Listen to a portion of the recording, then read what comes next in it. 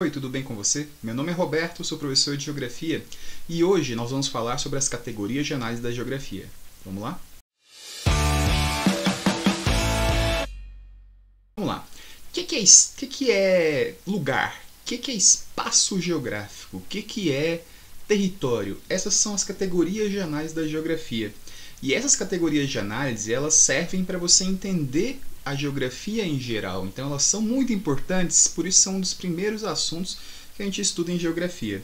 Antes de mais nada, antes da gente continuar esse vídeo, eu peço para você já deixar seu like preventivo. Caso você não goste, deixa um dislike aí. Tudo bem para mim, eu aceito.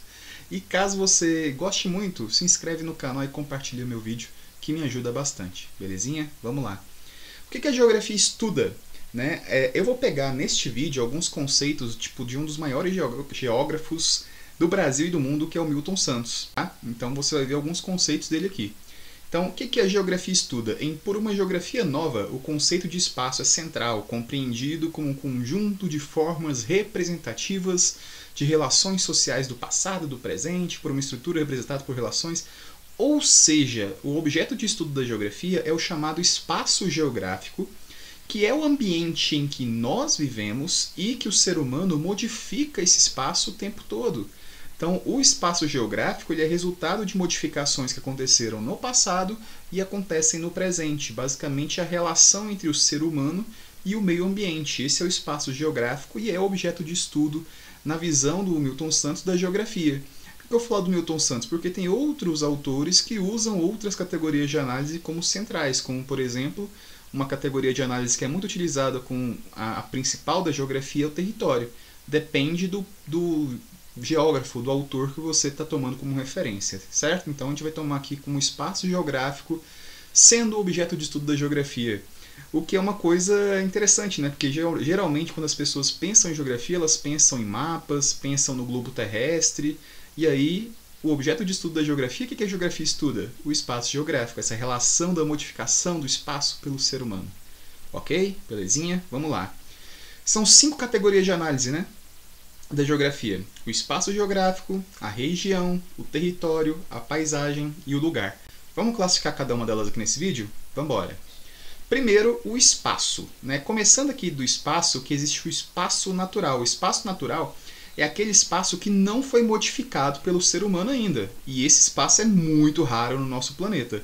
Eu coloquei um exemplo aqui da Antártida. Mas a Antártida tem um asterisco. Em alguns lugares somente a Antártida não foi alterada pelo ser humano. A Antártida ela tem um acordo, um certo acordo, um tratado que ele é respeitado, dos países não explorarem a Antártida, porém é só um acordo entre o país que pode cair a qualquer momento. Então os países podem explorar a Antártida.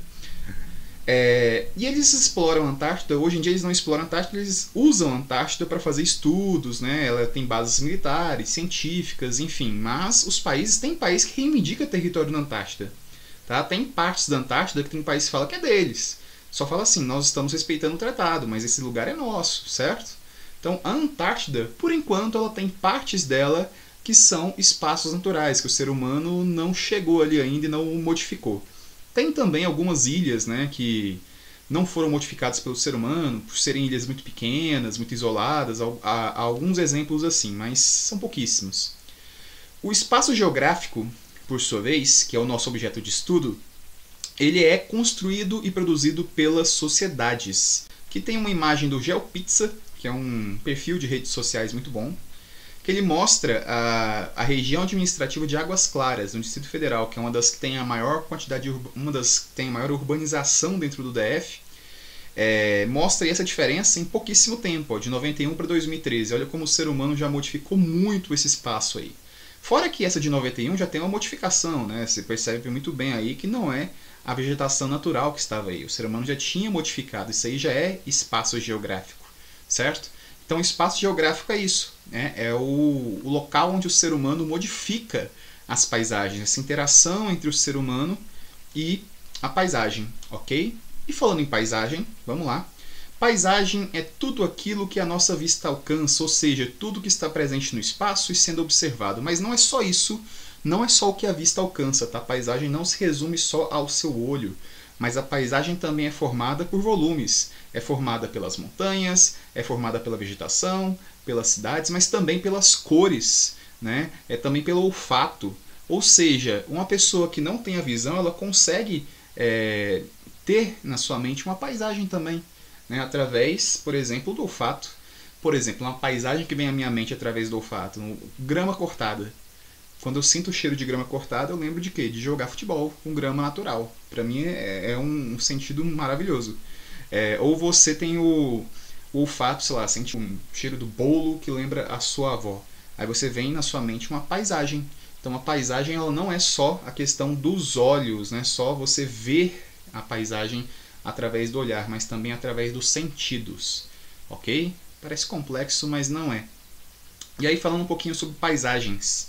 Nós temos, por exemplo, a paisagem urbana. Aí eu coloquei Brasília, porque Brasília, o ponto turístico de Brasília é exatamente a questão da paisagem urbana. A parte arquitetônica de Brasília é muito bonita, né? Ela foi feita para isso, né? O eixo monumental, que é onde tem os monumentos de Brasília, ele foi feito para isso. Por isso que fica numa área plana ele, justamente para você observar de longe os monumentos. Então aqui nós temos uma paisagem urbana. Urbana quer dizer cidade, é uma paisagem de cidade, certo? Vamos lá, belezinha? Paisagem rural. Paisagem rural é aquilo que não é urbano, né? São plantações, são estradas de terra. Então aqui nós temos uma paisagem rural chamada mar de soja. Você vê aí, ó, que a soja desaparece no horizonte parecendo um mar, por isso que é um mar de soja.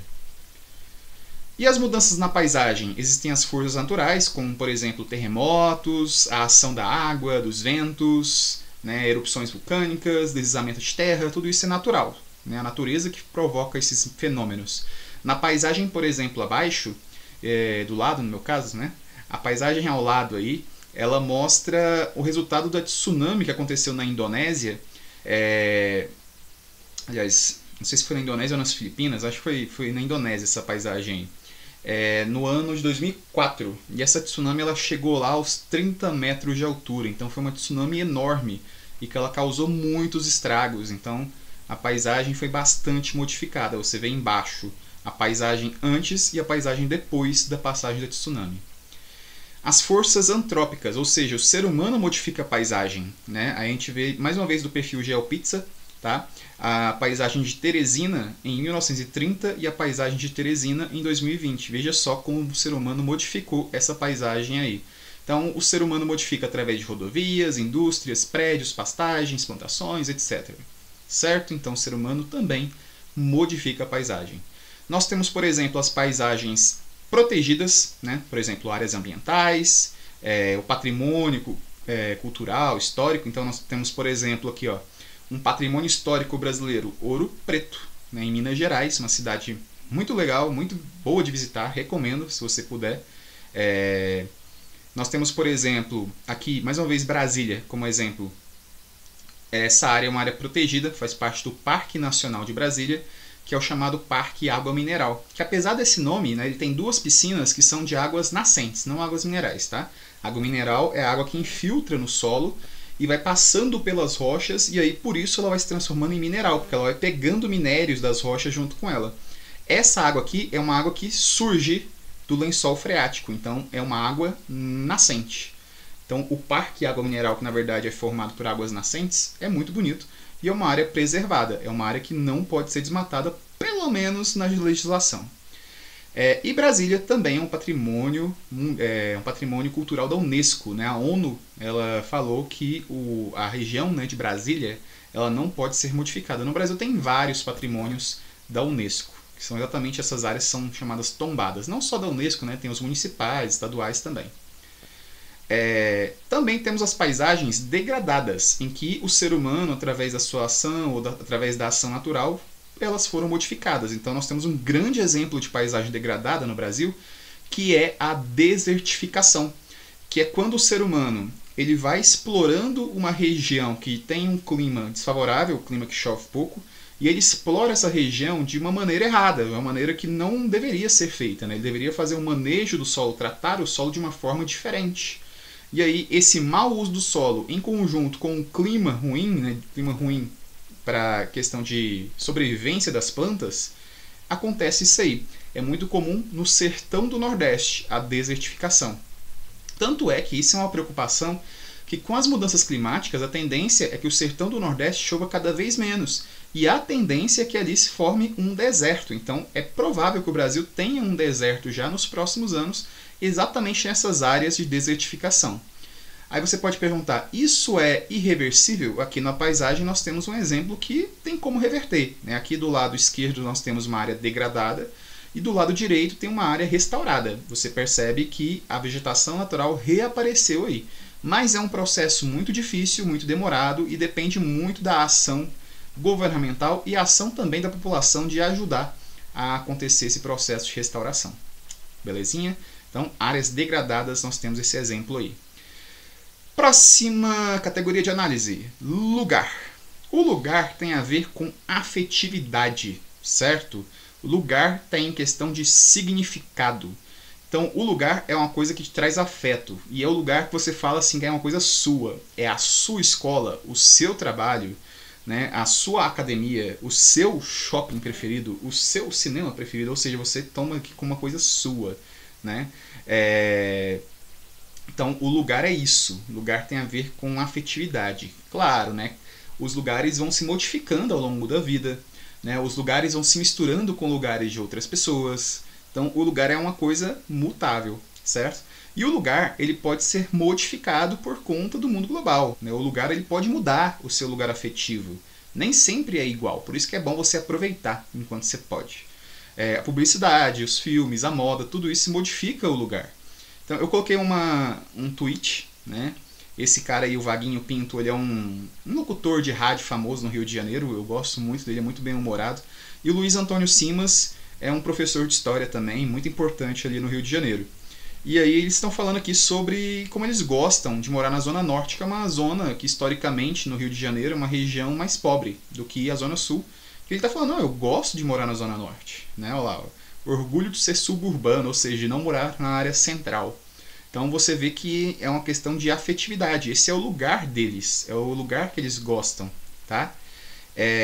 Aqui um outro exemplo, tá? Aqui nós temos a questão que os lugares, por mais que o mundo seja globalizado, que exista muito de influência de outros países, de outras culturas na nossa vida, os lugares ainda preservam as características, né, locais. Então aqui nós temos, por exemplo, a festa de Parintins, né, o caprichoso, né, o garantido, né, aí tem as cores azuis, vermelhas, isso está muito em voga por conta do Big Brother, tem uma participante, né, que é de um desses dois lados aí, né, na região. Então isso aqui é um exemplo de como o lugar às vezes permanece mesmo com influência global.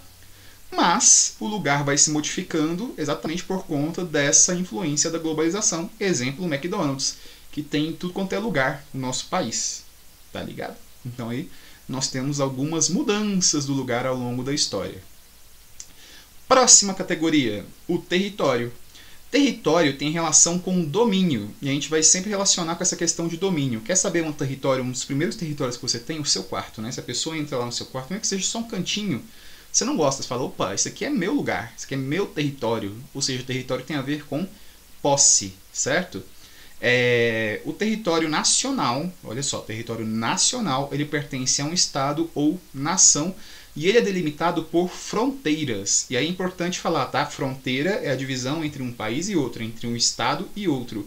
A divisão entre os estados, as divisões do Brasil, né, Minas Gerais, São Paulo, essas coisas, essa divisão aí é feita por limites, né? As cidades também têm essas divisões aí por limites. Aqui no exemplo nós temos uma fronteira bem legal do nosso planeta, né?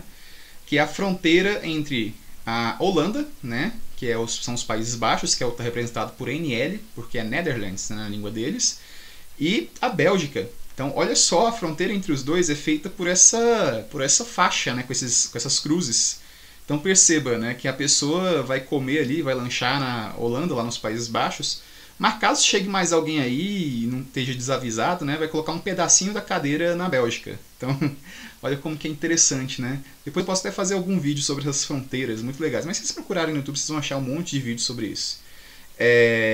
Próxima categoria de análise é a região. A região, ela agrupa semelhantes. E aí eu tenho um exemplo de regionalização, né, que é fazer regiões. da regionalização em países do norte e países do sul, que tem a ver com domínio, né? Os países do norte são países mais ricos, que dominam os países do sul na tecnologia, no dinheiro e tudo mais.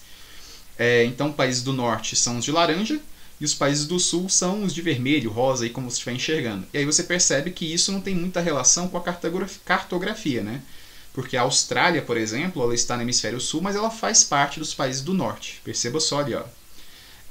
Do mesmo jeito, tem país lá no hemisfério norte que faz parte do sul global, como por exemplo o México. Tá? Então, essa regionalização tem a ver com esse poder de influência, com esse poder econômico, com esse poder militar até mesmo. Certo? É isso, galera. As categorias de análise são essas 5. Lembre-se que a principal categoria de análise, né, do estudo da geografia é o espaço geográfico, que é essa área onde o ser humano modifica tudo. E essas outras categorias de análise que eu falei, elas estão dentro do espaço geográfico. Todas elas estão interligadas, tá? Nenhuma categoria é separada uma da outra. Dentro do espaço geográfico tem o lugar, tem o território, tem a região e tudo mais. Ok? Beleza? Peço a você que você deixe seu like caso você tenha gostado do vídeo, que você se inscreva no canal e, por favor, divulgue meu canal. Obrigado pela companhia e até a próxima.